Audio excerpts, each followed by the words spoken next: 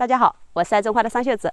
今天呢，我们来到山上捡香菇，拿个缆车去装，看看我身边这个环境。你看这个蕨类，像不像恐龙时期的环境？这个蕨类的生命力是最强的，说有上亿年的这种历史。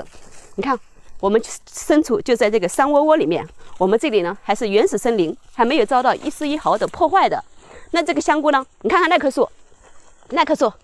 那个是木耳，它长了一点，它已经枯萎了。你看它自然就长了一点木耳。然后我们身边，我身后的，我们现在要去采的香菇了哈，是这个位置。我们是把那个树砍下来，然后塞上这个菌种，然后它就可以长香菇。现在我们要去采的呢，这个香菇呢是有2年的时间的了，砍下来，看看。哇，这么多！看到这个香菇了没有？这里一丛都是。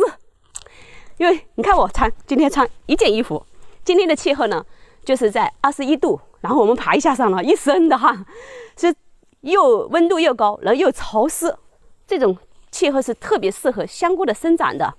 然后这个周围的环境，你看看，周围的环境，竹林。这个是原始的这个森林，没有遭到破坏的，所以它在山窝窝里面特别潮湿。好，我们来采点香菇。这个香菇呢，像这种长开来的不值钱了，是特别要及时的采。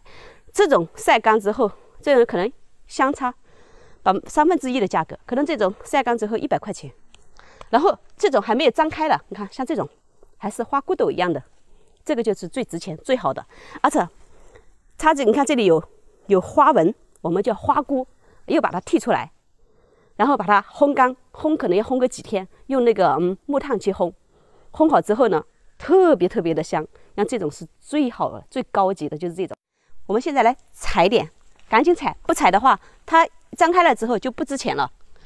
那像这个呢，烘干呢就可以卖到150块钱1斤，这种呢只能卖100块钱1斤，所以呢，像这种还是这样圆圈的，我们就得赶紧采掉。万一过一个晚上呢，它就肯定会长得这么大了，这么大就不值钱了。所以这个特别要赶时间，赶紧把它采掉。然后采的时候呢，要把它的这个角啊扭一下，你看这样扭一下，你看又不能，我们在上面再去采一下。哎呀，这个是怎么疼？来看这里，看看这里，哇塞！来看看这里长得特别的多，看到这个角度了没有？这个角度一排都是，好多啊！朋友们，我要赶紧采香菇，不采香菇，等一下这个香菇就不值钱了，所以我只能跟大家聊到这里了。好，谢谢观看。